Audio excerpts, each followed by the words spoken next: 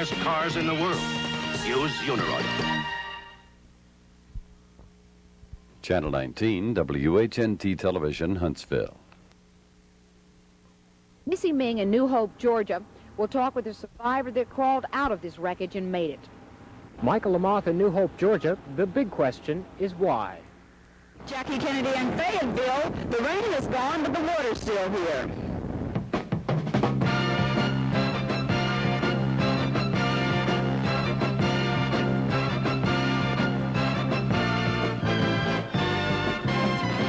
From Huntsville, the news station presents Action News 19, a complete report of this day throughout the Tennessee Valley.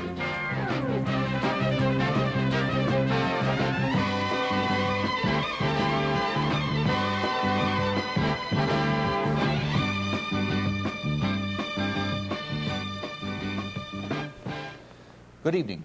Port Harris is sitting in for Missy Ming this evening, who is helping in the preparation of the Action News 19 special at 6:30, Disaster at New Hope, Georgia. The death toll from yesterday's Southern Airways Flight 242 has now reached 68. The latest fatality is 50-year-old Glenn Bradley of Richmond, Virginia. In the meantime, federal investigators said today they believe the pilot of the Southern plane, Captain William McKenzie, was trying to land the aircraft when the crash occurred. Preliminary review of the wreckage indicated the plane's landing gear was down with the flaps in a landing configuration. McKenzie nearly succeeded in landing the plane on Highway 92 just outside New Hope, Georgia, but one wing smashed into a telephone pole, sending it skidding across the road into a small grocery store. 2 gasoline pumps were sheared off, causing an explosion, the fire killing several New Hope residents. The plane then cartwheeled into a stop at a wooded area and suddenly burst into flames. One of the first 5 or 6 people there. There's just people and fire and smoke everywhere. Were there many people trying to get out of the plane? They was already out there laying on the ground in the fire, and some of them out. There was nobody you couldn't see in the fuselage. Wasn't enough of it to see. Did there seem to be any survivors? I saw about 10 or 15 that come out of the plane, survivors. But 24 passengers have survived. Those survivors are being treated in hospitals throughout Georgia. Some patients are listed from serious to satisfactory condition. And the ones that are still alive have something in common. Most of the survivors of this tragedy sat here in the rear section of the plane. When the flight left Huntsville, it was raining. 10 minutes into the flight, heavier rains, then hail. One survivor told me lightning struck one of the wings, knocked one of the engines out, and then the other. For Jim Phillips of Huntsville, a passenger on the plane, it was a nightmare. But everything happened so quick, he says no one panicked. They only followed the instructions given by the stewardess for the crash landing. And then I knew that we were going down. And I just sat there waiting. I couldn't see out. I just looked over a seat and I could see part of the ground, and we were going into it. And prior to that, though, I was talking with the stewardess in the jump seat about the emergency door, opening it, how to open it in case we needed it. So that took up some of my time there. And right after that, we grabbed our ankles and hit the ground. And it seemed like it bumped a couple of times. Pretty good bump that I could see out of the corner of my eyes, and then it made one big bump, and I guess that's when it tore apart. It was stopped immediately. When it stopped, I undid my belt, got up, and jumped out, and I think that's when the fire hit me. It seemed like a wall of flames. I just kept running. Flames were around me, just kind of licking at me. But I stepped out on the grass and took off across the lawn and where other people were. That's about it. As we reported earlier, investigators believe the pilot of the Southern Airways jet was trying to land the aircraft. Today, investigators began the painstaking process of reconstructing the events leading up to the ill-fated landing. The wreckage of Southern Airways Flight 242 is the worst aviation disaster in Georgia in over 35 years. And company officials acknowledge it to be probably the worst aviation disaster in Southern's history. Now, the big job underway is to find out exactly why Southern Flight 242 went down. Teams of investigators combed the wreckage beginning shortly after 8 o'clock this morning. They paid special attention to the DC-9's engines, both of which had flamed out, according to the pilot's reports to air traffic controllers. There are reports that the engines were fouled by large hail. But that wasn't Flight 242's only problem. Captain William Mackenzie reported a windshield failure to the Atlanta Tower. In other words, Mackenzie's windshield had cracked, again, apparently by hail. These are a few of the questions federal investigators will consider in the coming weeks. They have recovered both cockpit recorders, which are now being analyzed. And with their help, investigators believe they'll take a big step in answering why Flight 242 failed to reach Atlanta. Michael Lamoth, Action News 19, New Hope, Georgia. We'll have more reports on the New Hope, Georgia air disaster tonight at 6:30, including a list of those injured and who died in the tragic crash. 2 more bodies were found today in rubble left by a killer tornado at Smithfield Estates in Birmingham. In addition, a child still alive was found in the devastation. The 2 dead raised to at least 22 the number killed by tornadoes in the state yesterday. One woman was killed by a falling tree that fell across her backyard storm shelter. Her nearby home was not damaged. National Guardsmen were on the scene today searching for more victims as relatives were there also trying to salvage what they could from destruction. Alabama Civil Defense Director C.J. Sullivan said the damage was in a suburb and hopefully most people will have insurance on their homes. Still, he said he had urged the governor to ask for federal disaster relief. Sullivan says Etowah, Jefferson, St. Clair, and Jackson counties were hardest hit. Etowah suffered flood damage, and Sullivan and civil defense workers evacuated 300 people from their homes last night. HD, it's going to be another rough night tonight because we're expecting some frost. Yeah, but not rough in the sense that it has been, Tom. Certainly. Just a little on the cool side and the possibility of a little light frost scattered around in the low places. We'll have weather next.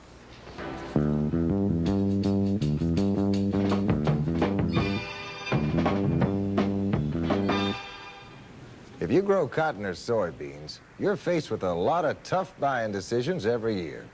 Well, this year, Basiline's making one of them easier for you. Just ask your chemicals dealer what he's charging for Basilin. Then, if you can find another pre-plant incorporated herbicide that controls grasses as well as Basilin, won't hurt your cotton or soybeans, and costs less, you buy it.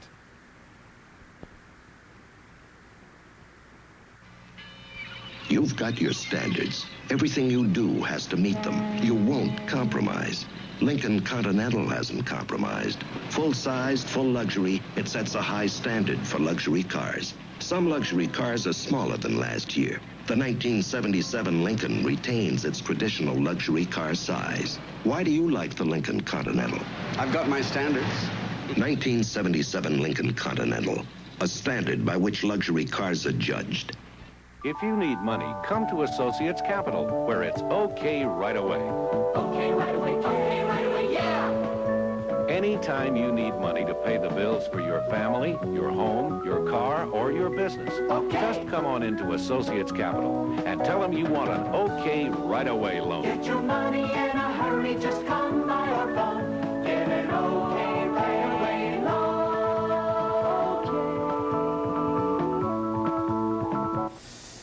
Yes, sir. Can I help you? I sure hope so. You don't have a 345-957 control for my cat-lift truck, do you? We have it. Oh, for sure you don't have an 030 motor for my tow motor lift truck? Sure, we have it. Aha. How about a 641879 brake cylinder? Yeah, we have that, too. You got all the parts I need for my cat and tow motor lift truck? We almost always have all the parts you need. They had all the parts. Well, there's surely a great difference in the weather pattern now, and at the same time yesterday, the front moved well on through, and we do have a possibility of getting some light frost in scattered places tonight. Nothing on the radar, so let's look directly at the satellite cloud photograph. And as we look at the cloud photograph, we see cloud cover extending along the Atlantic coast. Now you see those two fronts very clearly. The tornado-producing front, the first one down across, moved all the way down across the Atlantic coast, and the second, which brought the cold air in behind it, is well back to the west of it. And there was a little bit of cloud cover scattered north of that, and during the day, some very light snow flurry activity. Even though the temperatures were 10, 12, 15 degrees above freezing, light snow flurries were observed in the air here over the northern portion of Alabama, extending right on up into Tennessee. However, they have dissipated now, moved on to the northeast. So right now the precipitation band extends just about like this, and they have had very heavy precipitation, so flooding, record flooding in progress in the forecast right now through the portions of West Virginia and the western part of Virginia itself and extending on into the eastern part of Kentucky.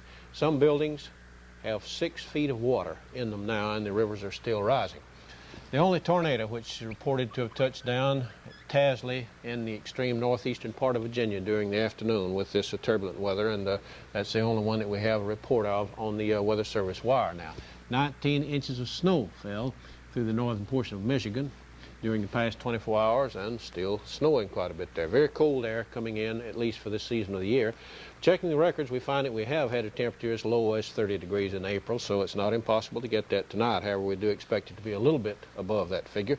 14 degrees in Alamosa, Colorado for the nation's lowest temperature this morning, and fair weather covers all the western part of the nation, so we don't have any prospect for any rain, at least right on through the weekend. Tomorrow's weather map then will show high pressure dominating the weather over the southeastern part of the nation with no precipitation whatever. And then day after tomorrow, Thursday, will show still high pressure, shifting to the east and starting to moderate a little bit, the temperatures being a little warmer. The 24-hour amount of rainfall at the Huntsville-Decatur Jetplex, 1 1/4 inches, and these are morning amounts. We don't have the evening amounts yet. Back over to the west, Muscle shows with 1.6, but the heaviest part right through the central part of the state, where Birmingham had 2 9/10 inches, 2 6/10 over in Tuscaloosa, and 2 2/10 inches being reported by Anniston. At 12 minutes past the hour, the current conditions, the barometric pressure 30 400 inches and rising. Wind from the west 20 miles per hour, relative humidity 48%, temperature 48 degrees Fahrenheit, 9 degrees Celsius, partly cloudy skies.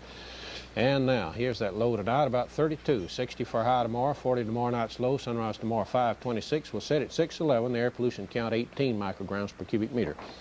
Forecast, clearing and cold with scattered frost tonight, fair Wednesday through Thursday. The winds will be southwesterly 10 to 15 miles per hour tomorrow.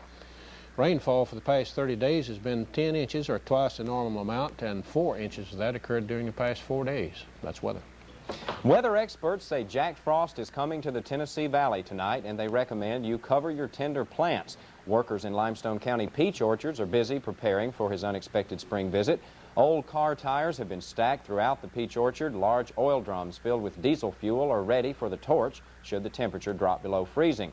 Raymond Roberts, owner of the orchard, says this late frost will hurt his strawberries more than his peaches. He says if the winds continue to blow throughout the night, the frost may not be heavy, but when your crops are at stake, you can't afford to take chances.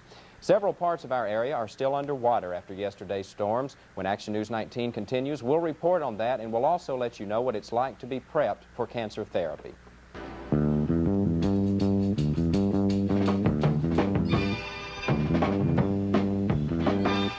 I had 5 last night. Me, I ate 7. I had to stop at 4. How many crab legs did I eat?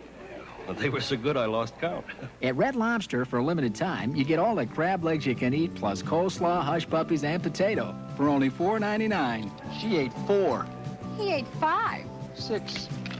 You may be surprised how many crab legs you eat. Red Lobster is where America goes for seafood. I sell Avon, and I can do great things for your looks. You never look so good. You never look so good. Barbara, give me some advice. Okay. Remember you told me to play up the color of my eyes? Sure do. And here's your answer. That's why Candid colors are so great on you. You like it, Katie? With Avon, you never look so good. Moving to a new home, here, in another community, or across the country, make your choice the gallery choice. We show you illuminated color photos and full information on homes available. And we give you all our nationwide gallery services, from motel reservations to moving tips. At Gallery of Homes, we match homes to people.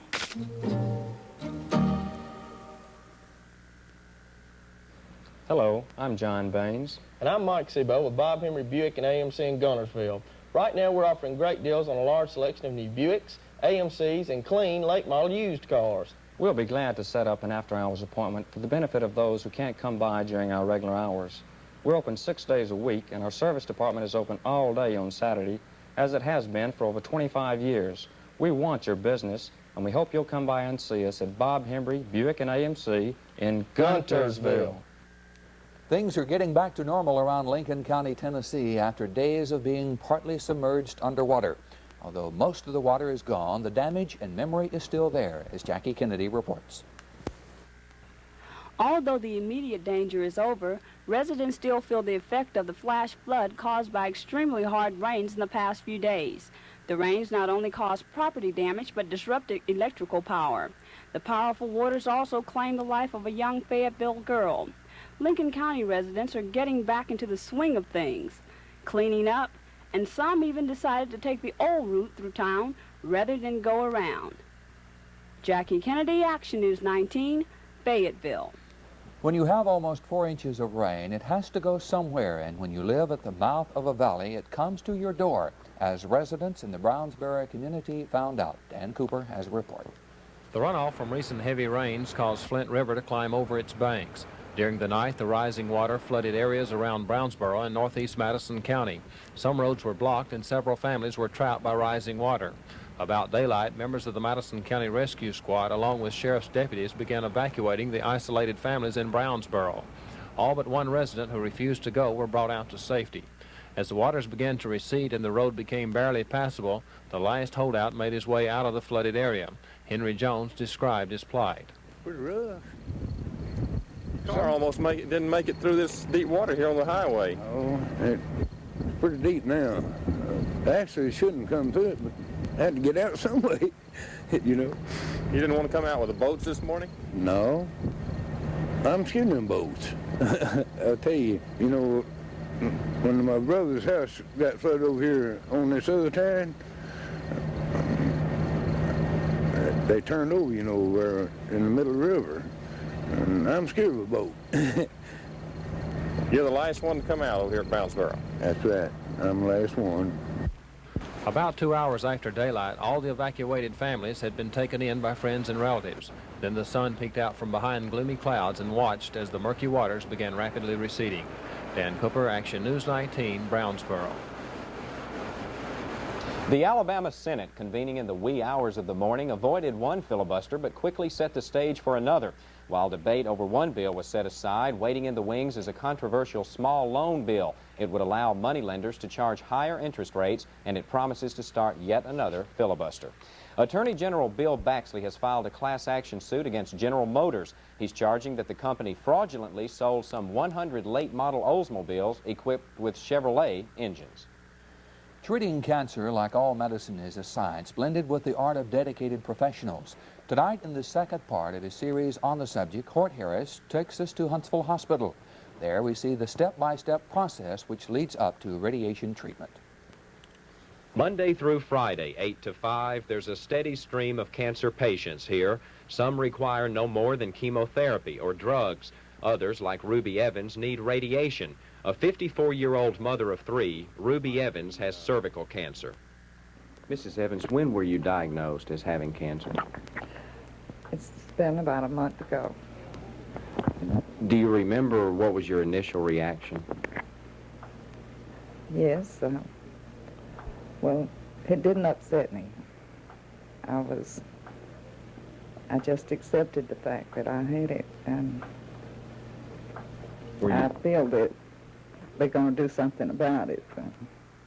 Like the more than 75 regular cancer patients who come here for treatment, Ruby Evans has put her life in the hands of this department and the professionals who make up its 15-member staff. Once diagnosed as having cancer and needing therapy, a patient is referred to Dr. Parker Griffith, a specialist in malignant disease. But before therapy begins, treatment is first acted out on a space-age machine. While it looks like a prop out of some science fiction movie, it's no toy, and its purpose is as important as the radiation treatment which will follow on another machine. This one is called, simply enough, a therapy simulator, and it's with this piece of hardware that the specialist takes X-rays to pinpoint the exact location of the cancer.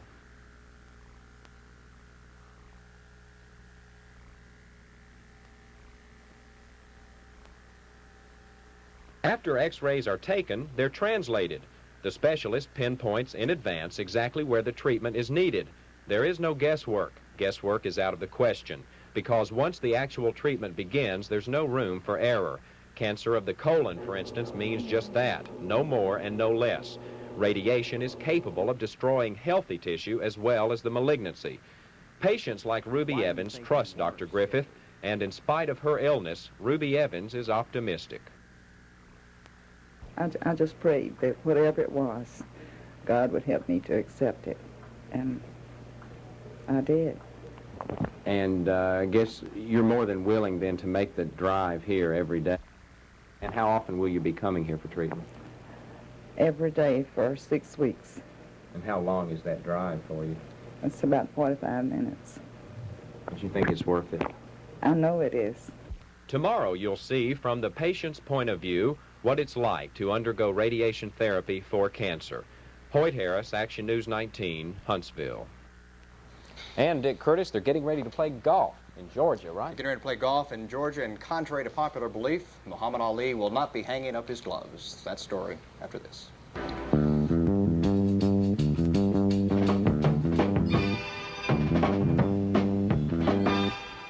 Now Surfland is here. We asked Hestel Williams what he liked about this surface-applied soybean herbicide from Elanco. On this field, Surfland gave us excellent control on crabgrass, Sealand Johnson grass, and pigweeds. It'll hold up in heavy rain. If you have dry weather, you use it on the rotor hole, you know, and work it in. Surfland. It works all season. Good stuff. All over America, women are turning to men who use Vitalis. We Easterners don't turn for just anybody. Heads are turning to Vitalis. When a Midwestern girl turns, she means it. Heads are turning. Down south, a nice girl would never turn. Women are turning to men with... That's with a rather younger look. In California, we just turn. Heads are turning. No matter where you go in America, Century 21 will be there too. No matter what you need in real estate, Century 21 takes care of you. A big house, small house, ranch or a farm, a dream house, doll house, a mansion with charm. No matter where you go in America, Century 21 is there for you. Meat prices are drastically reduced at Kroger. It's not just an ordinary sale, and it won't last long. Right now, Kroger's prices are way down on many of your meat favorites, thanks to Kroger's expert meat buyers and their determination to bring you the best values. There are limited quantities of these drastically reduced meat specials, so hurry over to the Kroger Meat Department and save. Ham prices are drastically reduced. Whole or full shank half-smoked hams just 78 cents a pound. And get U.S. Choice Boneless Bottom Round or Rump Roast just $1.28 a pound. Well, according to information received by the Associated Press this afternoon, Muhammad Ali will defend his heavyweight title against Alfredo Evangelista of Spain. The site and date have not been determined, although Miami Beach and Landover, Maryland have been mentioned. If you're looking to find some of the top golfers around the country these days, the best place to look is Georgia. This week, players from everywhere are at the Augusta National Golf Course, putting in last-minute preparation for Thursday's Masters tournament. Former winner Jack Nicklaus today talked about his chances in the big event. Got to get my game in shape. It hasn't been too bad, but the last few weeks, the golf courses we've played on, they've had some trouble with the greens with a hard winter, and I haven't really got the ball in the hole as well as I'd like to, but I feel like overall my game has been pretty good, but you never know what's going to happen when you tee it up come next Thursday and go for all the marbles. I've had some good playing tournaments coming into here. I'm hitting the ball very, very well. Fortunately, I'm very fortunate to be hitting the ball as well, coming back in defense. I've been asked the question a million times, how do I feel defending, or is there any added pressure? All I can say, I don't feel anything yet. If anything, I'm a little more comfortable. I'm a little more at ease. I've won here. The pressure of going there and winning I've already proven it. I know I can win here, and I really feel a little more at ease. It's amazing that I do, but I really do. I feel more at home, I guess. And we'll carry the event here on CBS. The weatherman is not acting like a baseball fan for tomorrow's National League opener at Cincinnati. One forecaster says it's going to be quite a bit colder than normal for the day.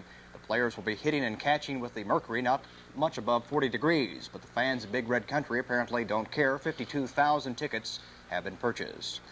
Vida Blue says he's fed up with baseball and may never pitch again. The star left-hander for the Oakland A's says he's had it with Oakland owner Charlie Finley. However, Finley says he doesn't understand what Blue is up to. Before Vida walked out of the Oakland camp, he said he didn't know whether he will be in the Oakland game Saturday, which is scheduled to pitch the home opener against Minnesota. And finally tonight, film star Paul Newman is among the drivers listed today to compete in the Le Mans 24-hour Grand Race, June 11th and 12th in France. Newman will be teamed with Milt Minter in a Ferrari. That's early sports. If you want to protect your personal belongings, the Huntsville Police Department has a way of putting your name on it. We'll have that report in the next segment of Action News 19.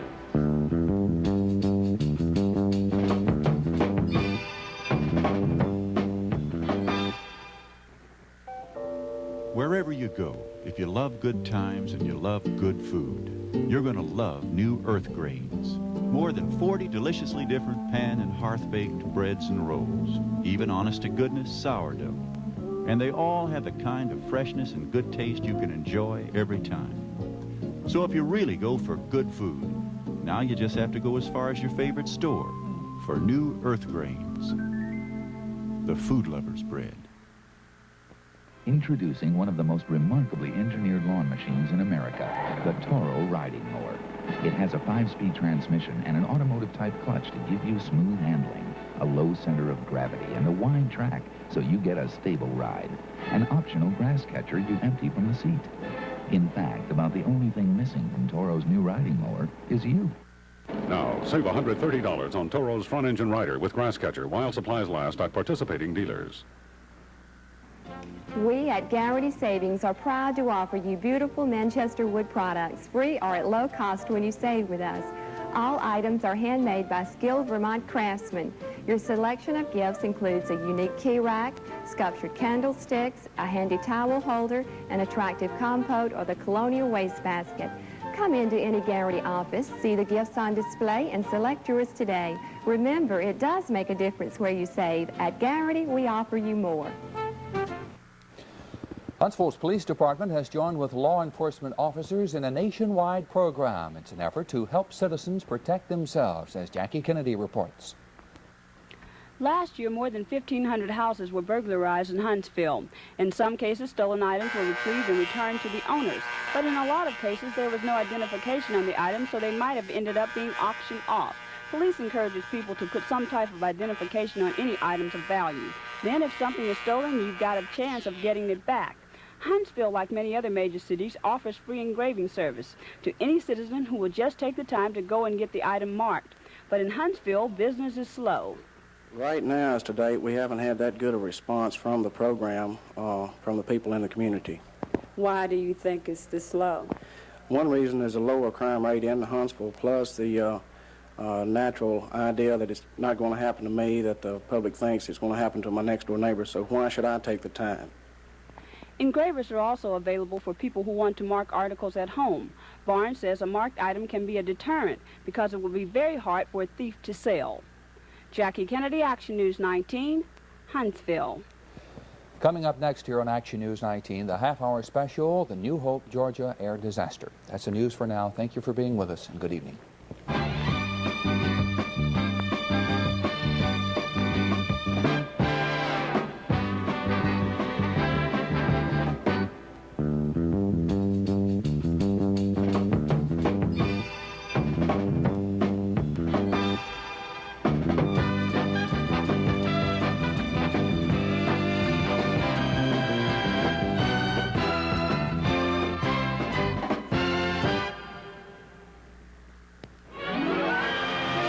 Glamour and glitter of Hollywood. Come alive each Saturday at 11 on Heyday of Hollywood double feature. Next, Ray Milland and Claude Rains in a tale of intrigue and international daring do in Lisbon.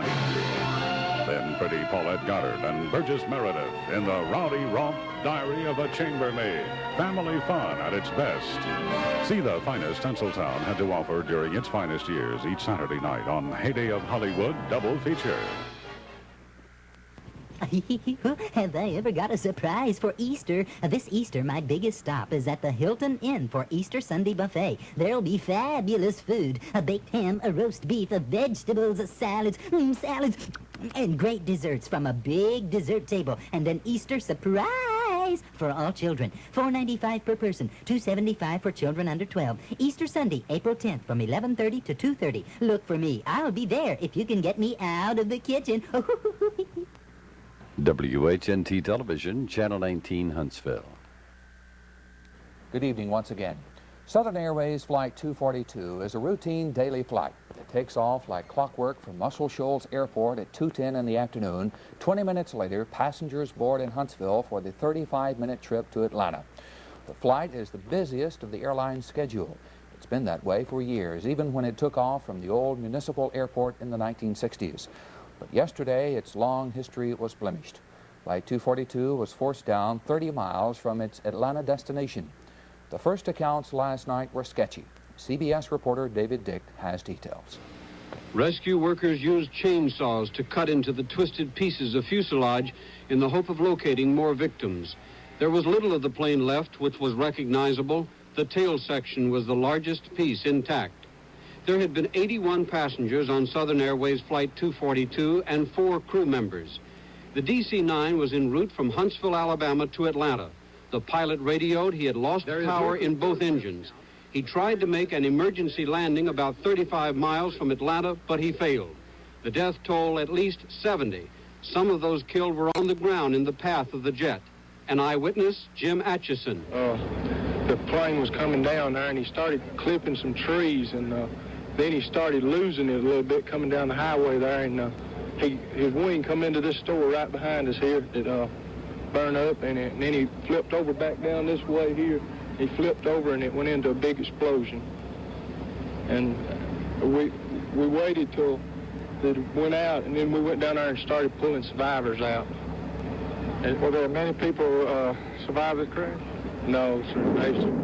They was people laying burned everywhere. There wasn't many survived. There was a few that we put on helicopters that was, alive, but that's all. They was burned severely. They was just breathing, is all I could tell you. Area hospitals received at least 23 injured victims of the crash. Most of them had been burned. There had been violent weather, including a confirmed tornado in the area at the time of the crash. One survivor, a passenger on the plane, Don Foster, identified as a licensed pilot, said lightning and hail apparently knocked out the engines. There had been golf ball-size hail reported in the area, as well as the tornadoes. Foster was quoted as saying when the hail was at its worst, lightning struck the left wingtip. He said he believed that hail being ingested into the engine is what really brought it down. The pilot first attempted to make an emergency landing at Dobbins Air Force Base. Then he tried to put the jet down on a highway, but the plane crashed and there was a huge explosion. David Dick, CBS News, Atlanta. Shortly after 6 p.m., 2 of our reporters, Missy Ming and Michael Lamoth, along with photographer Keith Lohorn, went to the air disaster site in Dallas, Georgia. And Missy, it was quite a sight, I'm sure, and you brought back a lot of film and information. Could you tell us about it? It was a bad sight. Mike can swear to that. Keith can swear to that. We got there, I guess, about midnight. Many of the debris was there. There were large crews cleaning up the area. There were many people around the roped-in area. There were many law enforcement officials, I would say at least 200. The Georgia State Patrol immediately came in and set up a field office there, enforced by county officials from around the area. Mike? Well, as Missy pointed out, it was 1 a.m. or just after midnight when we got there, but you wouldn't have been able to tell it by the activity going on. It was just buzzing with activity, people walking all over the place trying to protect the wreckage so that investigators would be able to pull it out. And for the next 4 hours, we put together a lot of film and some stories and rushed them to Atlanta for our new news today. When most were thrown clear, perhaps 15 or 20 of them were moving about when the first help arrived, and that help arrived quickly.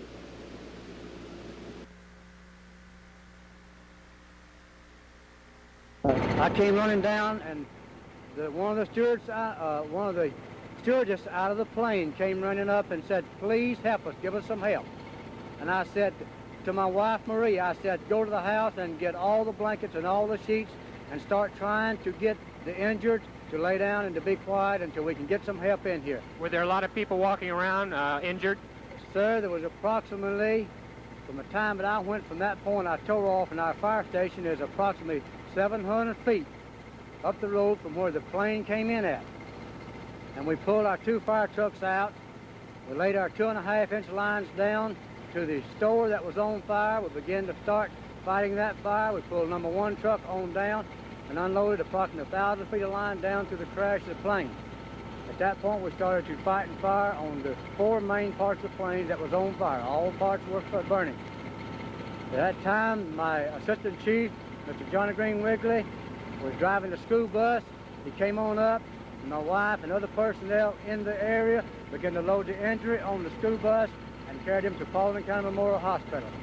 During this operation, we combated the fire at the store and in the other 3 parts of the plane because live people were still in the wreckage, and we began to pull them from this wreckage. Within an hour, hundreds of ambulances, as one rescue worker put it, were on the scene. The injured were taken to hospitals throughout Georgia, most of them to Atlanta. Many are critically injured, and it'll be weeks before most are back on their feet again.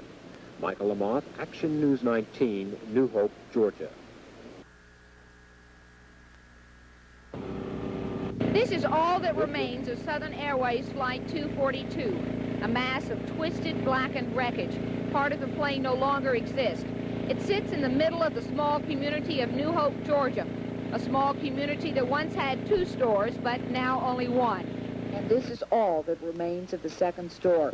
The pilot, caught in a violent thunderstorm and suddenly without power, tried to land his jet. But his wing clipped the store, flipping the plane on its side, smashing cars in its path, and grinding to a halt in a cluster of trees.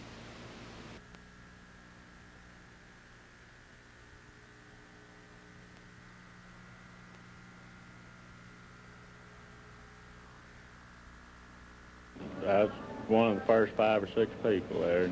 There's just people and fire and smoke everywhere. Were there many people trying to get out of the plane? They was already out there laying on the ground in the fire, and some of them out. There was nobody you couldn't see in the fuselage. Wasn't enough of it to see. Did there seem to be any survivors? I saw about 10 or 15 that come out of the plane, survivors. All that is known right now is the debris of a plane that didn't make it. It's not only a tragedy for the families of passengers on Flight 242, but a tragedy for New Hope, Georgia. Local authorities estimate at least 5, maybe 7, of the townspeople were killed in the crash. Missy Ming, Action News 19, New Hope, Georgia. First that we shot when we arrived at New Hope, Georgia, a little after midnight, it was very hard to get kind of a conception of just how immense the wreckage was and how far it was spread afield. You'd be walking along in shadows, and all of a sudden you'd be stepping right into another piece of wreckage, and it was hard to really tell what was part of the plane, what was part of cars, and what was part of bricks and stone. It was a rather eerie sight. I think Missy would agree. The wreckage, I would say, at least 2 city blocks. The hill started where the plane first started down. It was a little hill. It went down. He barely missed a schoolhouse. He went down, struck several houses. 4 cars from New Hope were completely leveled. There were 8 passengers in those cars. when the plane came down. These are some of the shots of the tail portion of the plane. You can see it's completely demolished. As soon as the plane hit, there was an explosion. Some of the eyewitnesses say the flames went as high as 500 feet. It was the sort of thing that I don't think anybody who was there that night really could feel confident of what he was seeing. I don't think anybody really believed what they were seeing. I certainly never really felt comfortable at what I was looking at. I could never really conceive that this could happen. I never experienced this kind of a situation before. I think the whole community was shocked. The law enforcement officials there were shocked. The ambulance drivers, the fire officials, everyone. It didn't even look like a plane. There were very small pieces of the plane left. It was just wreckage. You couldn't even conceive that passengers were once in this debris. I think something else that struck me looking at some of this footage, I never realized that in a situation like this that you'd have things like Coca-Cola cans and shoes and magazines and things that really indicate people living and working and doing things. It's just incredible.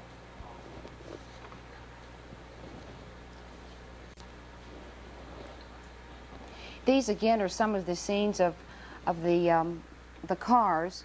This is one of the officials looking at the cars.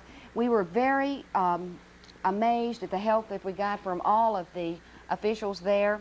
They took us in behind the ropes, gave us great leaves. The commandant of the Georgia State Patrol was very helpful. He gave us interviews, gave us coffee, helped us in any way that he could. He said that he talked with us in the wee hours of the morning, saying that rescue teams were still going to work into the night. The commandant of the Georgia State Patrol.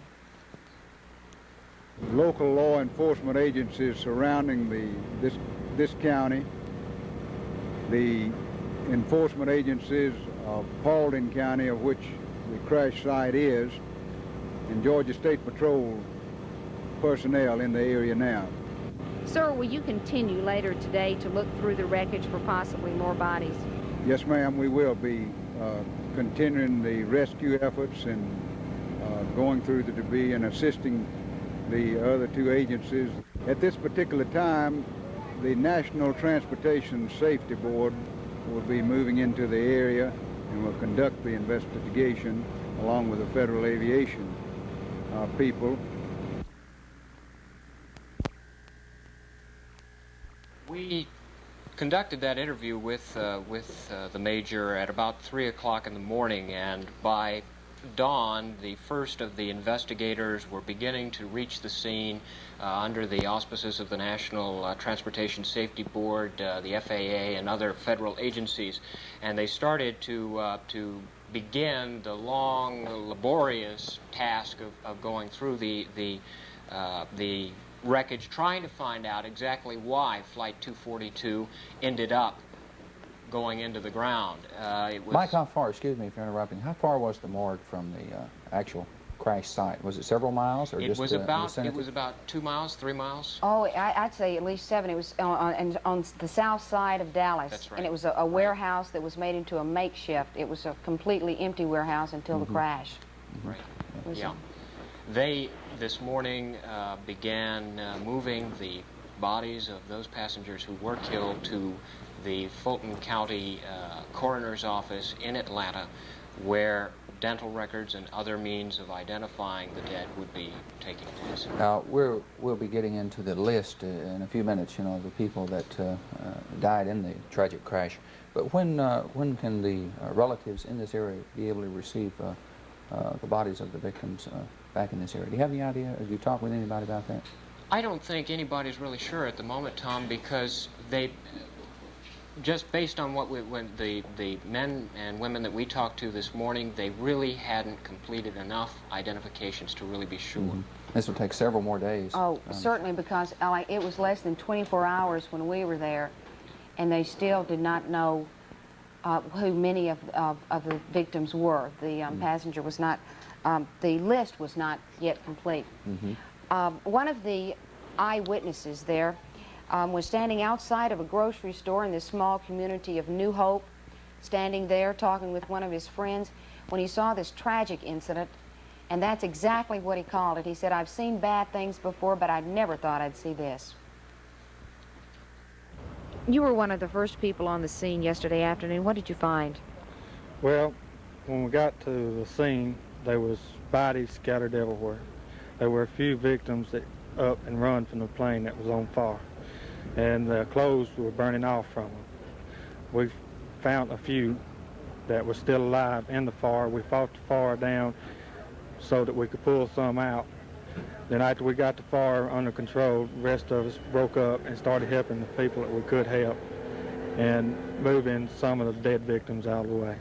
Would you say this is one of the worst things you've ever seen? It's one of the worst tragedies I ever seen. I thought I'd seen everything, but this is bad. Do you think the pilot was trying to make a safe landing even though he skidded down the middle of town?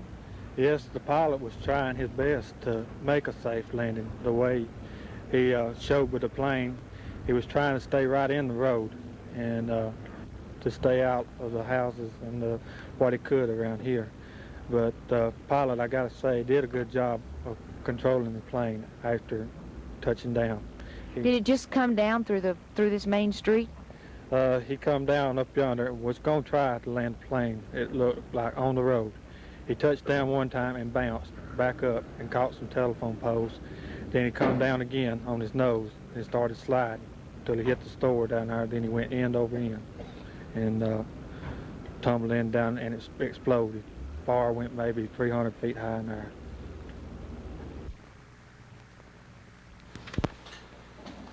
After spending many hours there, we went to Atlanta to talk with some of the Southern Airway officials. We met many of the passengers' families arriving there, trying to find out any type of information they could on the passenger list. Then we returned back to the site.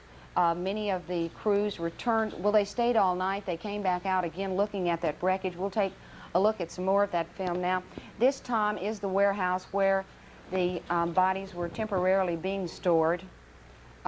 We were permitted inside, however, we did not film any of that. It was such a tragic, terrible sight. One of the things about this sort of a thing is that I think all of the reporters there were trying to, while we do have an obligation to get a story here, we're not interested in sensationalizing a very sad situation. And everybody that was out there... The gore is there. You don't have to sensationalize it at all. The weather today was in marked contrast to yesterday's warm, tornado-like weather when the plane finally crashed. Late afternoon, there was rain, there was reports of hail, and overnight it was even warm, but this morning it was cold. It was very cold. Very cold. The Salvation Army was there with a makeshift coffee and sandwich and donuts for all of us. But it was a really, the wind was very strong. It was very cold. We put on our jackets. These are those are the pine trees, the pine thicket where the plane ended up. Those were totally scorched from the explosion. This is one of the houses that landed next door. The plane did miss that house. This again is the tail section with the federal authorities. They're 4-member teams. There were about a dozen of those, Mike, checking out different... Right, they were each responsible for a different area to come up with everything from the quality and the situation as far as the engines were concerned to the possibility of human error on the part of the crew. And they would all gather all of this information, each of them representing various agencies, the airline, the FAA, and of course the Airline Pilots Association, and then come up with the overall. This is Major Cochran from here in Huntsville Redstone Arsenal. About 10, a dozen, several of the passengers on this plane were, of course, from Redstone, from the MICOM school, from the Missile Command School. Cochran was there checking on anything he could. He talked with many of the survivors. There were, what, Mike, at least 4 that I know of, 4 or 5 from Redstone. And he was there trying to get any information that he could and be of any service to those men who were and service injured. To us. Right, and service to us. And service to us. altogether, it's a different perception in daylight. You begin to really realize just how enormous the destruction really was. And of course, everybody was there to see it in daylight. There was a continuous crowd of people from around the area that came in. However, it was roped off. They were not allowed to get into the actual area. They just watched.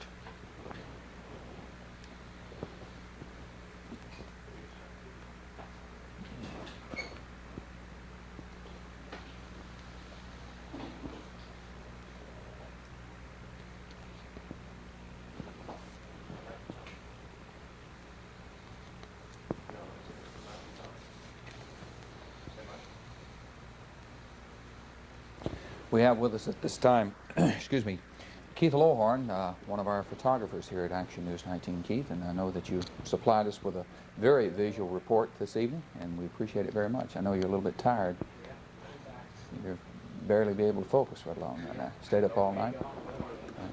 Good job. Well done. Missy, I think you also talked with some of the survivors of the air crash.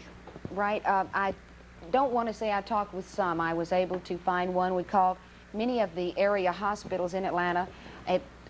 I'd say 8 were taken to burn center directly from, they went to one hospital and then were later transferred to Atlanta. However, we were able to talk with one Huntsvillian, Mr. Jim Phillip, who works here in Huntsville, father of 2 children, a wife, and he remarkably, he says, escaped harm, bad harm in this accident. He counts himself lucky. I talked with him earlier today, and he had nothing but good comments to say about the tragic accident. When you left Huntsville, it was pouring down rain then. When did you first run into trouble? I would say probably 10 minutes into the flight, but I'm not sure because I was reading. And we hit some turbulence, and it kind of startled me, and I think everyone else. Everyone looked around, but it subsided then, and then we hit seemed like more turbulence. And someone said that lightning struck the wing, and I think they lost power on that particular engine, and they started into a emergency procedure for crash landings in the event it was necessary. And a little while later, the other engine went out, and then I knew that we were going down. And I just sat there waiting. I couldn't see out. I just looked over a seat and I could see part of the ground, and we were going into it.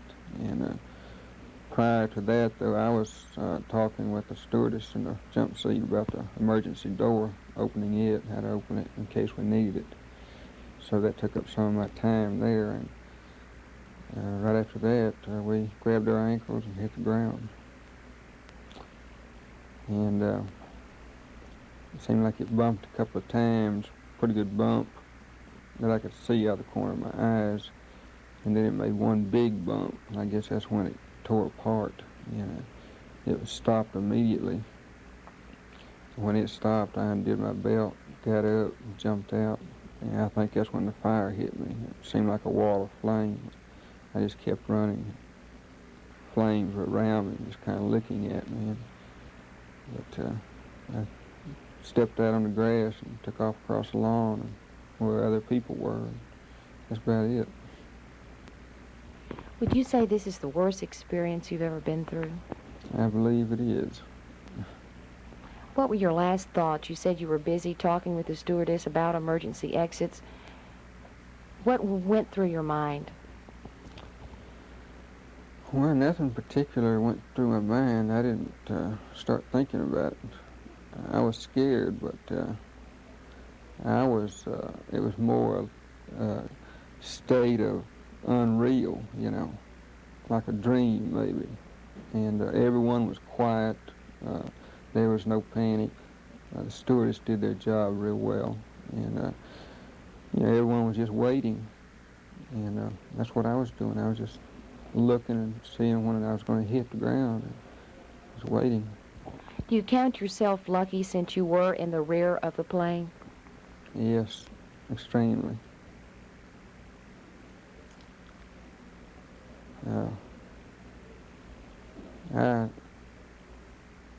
I think I went to the rear of the plane for some reason. I don't know what, but normally I stop maybe center aisle and grab a window. But this particular time I just kept walking to the rear seat as far back as I could go.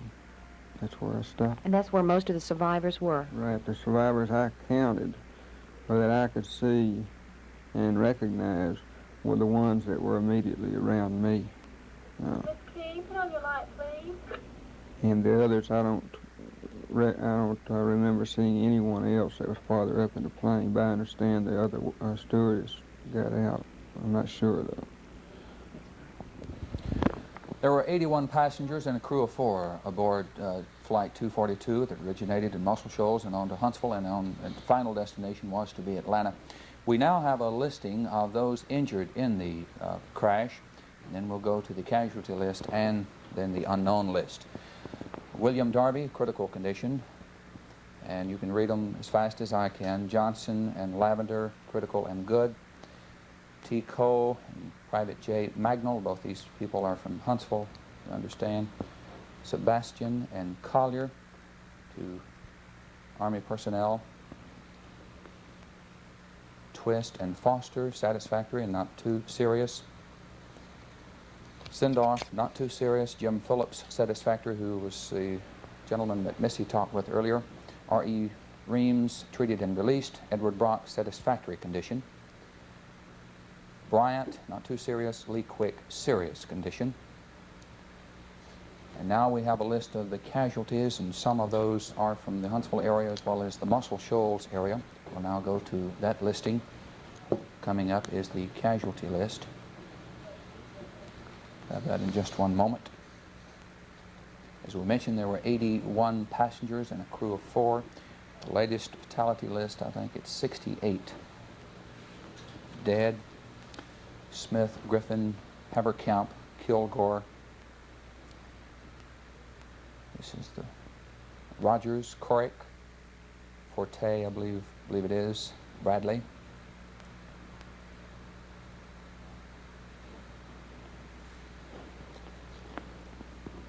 Sanders, Cheryl Zingo, and William Reeves. Hamby, Hay, Wilkinson, and Williamson. Kitts, Furness, Groff, and Smith. Zena, Berglund, Coley. This is the pilot, Captain William McKenzie of College Park, Georgia. He was a pilot, and Lyman Keel Jr. was the first officer. Both were killed in the crash. Now we have a listing of the unknown. This is people that we do not know the exact condition or what has happened. Tarbucks, John Walker, Cameron, Morton, Dawson, Mr. and Mrs. Dawson, Mobley, Waldrop, Power, and Perryman, Turlin, Comer, Davis, McClure, Durham, Abercrombie, Griffith, and Griffin, Williams, Wixell, and Horner, Gordon, Orey, Romanelli, Alvisto, Giles, and Heckel. We gave you a listing of those that were injured in the crash as well as the casualties and those that are still listed as unknown. Missy and Mike, I know this has been a rough trip. You haven't had very much sleep. Would you like to, in summation, talk about the air crash just for a moment? Well, all I can say it was very tragic. All of us saw things that we didn't want to see. We saw it, the wreckage. It was just a bizarre. It was unreal. It didn't look like a plane. It was hard to think that passengers, that people like ourselves had been there. Yeah, it's true. I don't believe I've ever experienced anything like that, and I don't think I ever want to again. Thank you very much. Well, job well done. Southern Airways is one of the best safety records of any operating airline. Mother Nature apparently playing a chief role in putting a blemish on that record yesterday as Flight 242 never made its destination. Investigation into the crash of the DC-9 will not be concluded soon, so it may take several weeks or even months to know the exact cause of the tragic crash. I'm Tom Kennemer. Good evening. 5804. At Ford's, you'll love their spring shoe fashions. They'll pamper your feet at Ford's, where name brand shoes are their only business. Today's spring fashions from prestigious names in style and elegance: Naturalizer, Agner, Lady Florsheim, Footworks, Dexter, Men's Florsheim, and Buster Brown for boys and girls. All for today's lifestyle. Let Ford's pamper your feet. Ford's, now 2 Huntsville locations, the Mall and Parkway City Mall. Also Ford's Southgate Mall in Muscle Shoals. Channel 19, WHNT Television, Huntsville. Story. A man who won't chicken out. Tommy Corcoran, an old new dealer, still wheeling and dealing. And golf champ Jack Nicklaus, a private man goes public.